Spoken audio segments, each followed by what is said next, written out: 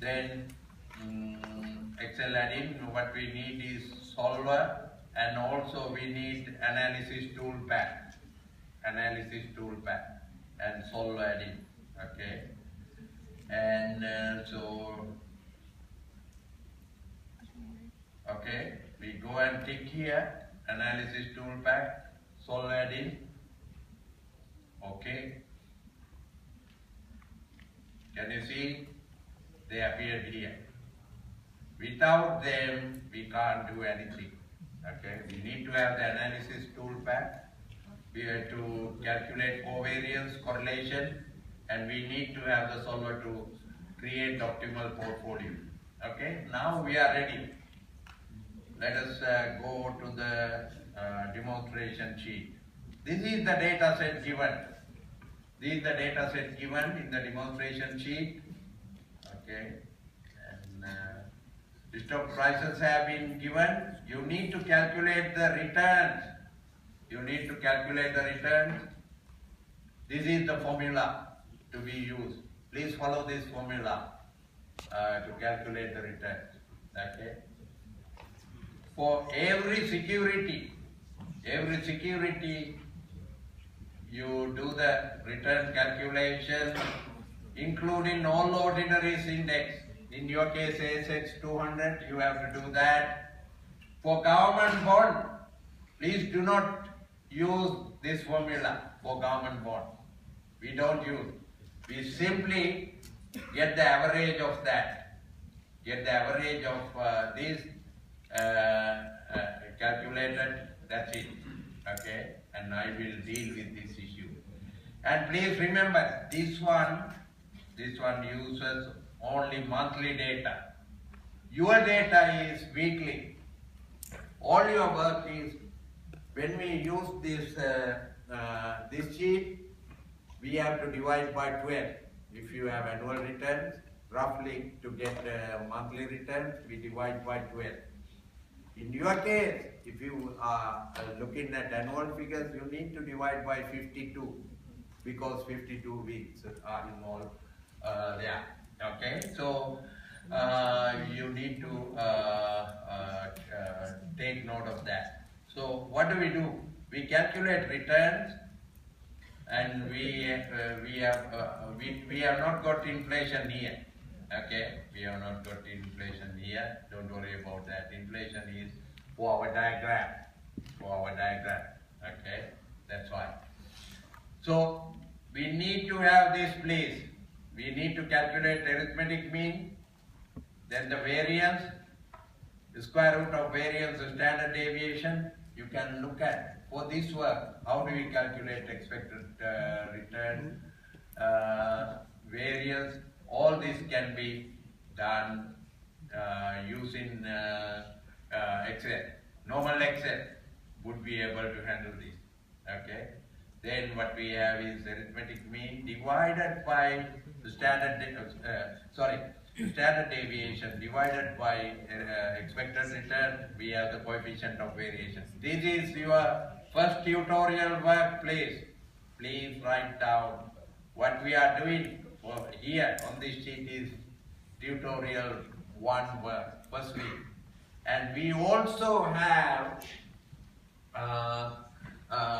first week tutorial. If you look at, there is some reference to inflation there. So please take a look at the inflation in there. But I have already given some instruction how to calculate the inflation. Okay.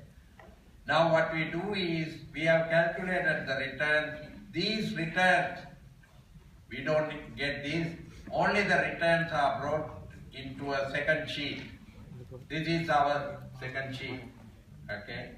Returns are pasted onto the second sheet. Okay. Then, in your case, you will have 20 securities. Now this is only 6. Okay, remember we mentioned this in our lecture slides. Okay, now this is a 6 by 6 matrix. Okay, we have 6 columns, 6 rows, 6 by 6 Now in your case, what would be your matrix? It will be 20 by 20. You need to create an exact template for 20 by 20 matrix. Okay?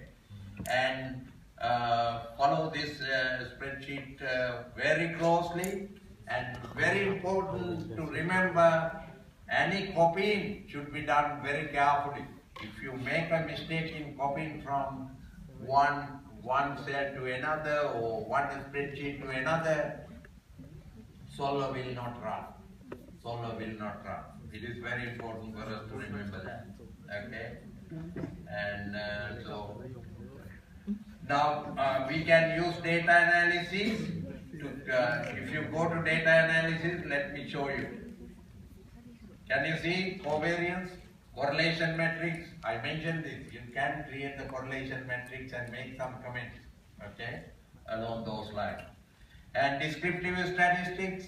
Remember, what are the descriptive statistics? Arithmetic mean, standard deviation, variance, all that can be obtained. And there are other stuff. When you write your report, maybe you want to use some of these facilities, okay, in your report, okay. Whatever it is, we have to create 20 by 20 matrix, and then what we do is this one is copied to a third sheet. It's here, okay. Our covariance matrix has been copied to a third sheet, okay.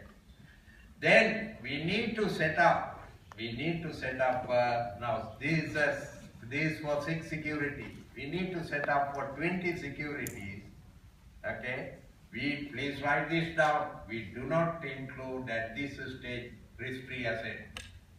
Okay. This is Markowitz. Okay. So we need to set up our various covariance metrics and follow exactly, create the boxes, create a template for 20 securities like this, and please do not change any of these. Follow exactly, very closely this one. Okay, this is 6 by 6, in your case 20 by 20. Okay. Then what we do is, we have got the expected returns. Remember, these are our expected returns. We have calculated in our first sheet. Okay, expected returns. We have the variance and the standard deviation. These figures will be copied to this sheet. Okay. For each security, for 20 securities, you need to put your arithmetic mean, expected return here, please. Okay. Then the variance here from the first sheet. Okay. Then you have to put this formula there. Okay. Then when you run the solver, this box will be filled up. These are the weights that you are looking for. Okay. When you run the solver, depending on the expected return that you specify, not all the securities will have weights. We will examine that as we move on. Okay. Now solver. Okay. This is the solver. There are 3 conditions in the solver. Please do not change any of these. Okay. One is one is this one. Any probability value should be 0 or greater than 0. Okay, that's the idea. Probabilities or weight should add up to 1. Okay, and this is our target return. Okay, this is the target return. That is the weights should add up to 1. All the weights should be any particular weight should be equal to 0 or greater than 0. Okay, those are the 3 conditions. You can't have negative values for any particular asset. That is called short selling. Okay, these are the 3 conditions. Okay, these are the constraints. No short selling. That is this one. Okay, invest 100% of wealth. That is this one. Second one. And target here, it will be target weekly return, not monthly. In your case, weekly return, please. Okay. Now this is, okay, we are here to run the solver. Now what is the target return in this work? They have used 0.15 monthly. That is 1.5% monthly, roughly 18%. If you multiply by 12, this is 1.5% monthly. Okay, about 18% return annually. Now in your case, it will be a weekly return. Okay, your figures will be divided by 52. Okay, your figures will have to be rearranged based on weekly figures. Let us change this. Suppose we want a target return of, please take a look at this. These weights will change when we run the solver for different target return. We go there, solver, I have selected that cell, target return cell. We go here. Please take note of that. This will change. Okay, solver. And we are going to change this one. Okay, change. Let us put this as 0.1.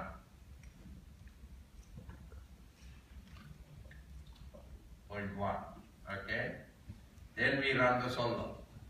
Please keep an eye on here. First one was 0.32. Okay.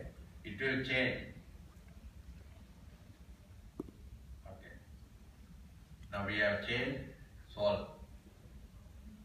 Okay. Keep the solver solution. Okay. What has happened? This has become 0.39. Okay. And this one, our third security has no weight at all. Brambles, delta, they don't have. Okay.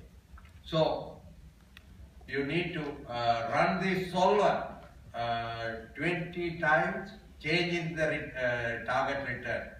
Okay, changing the target return.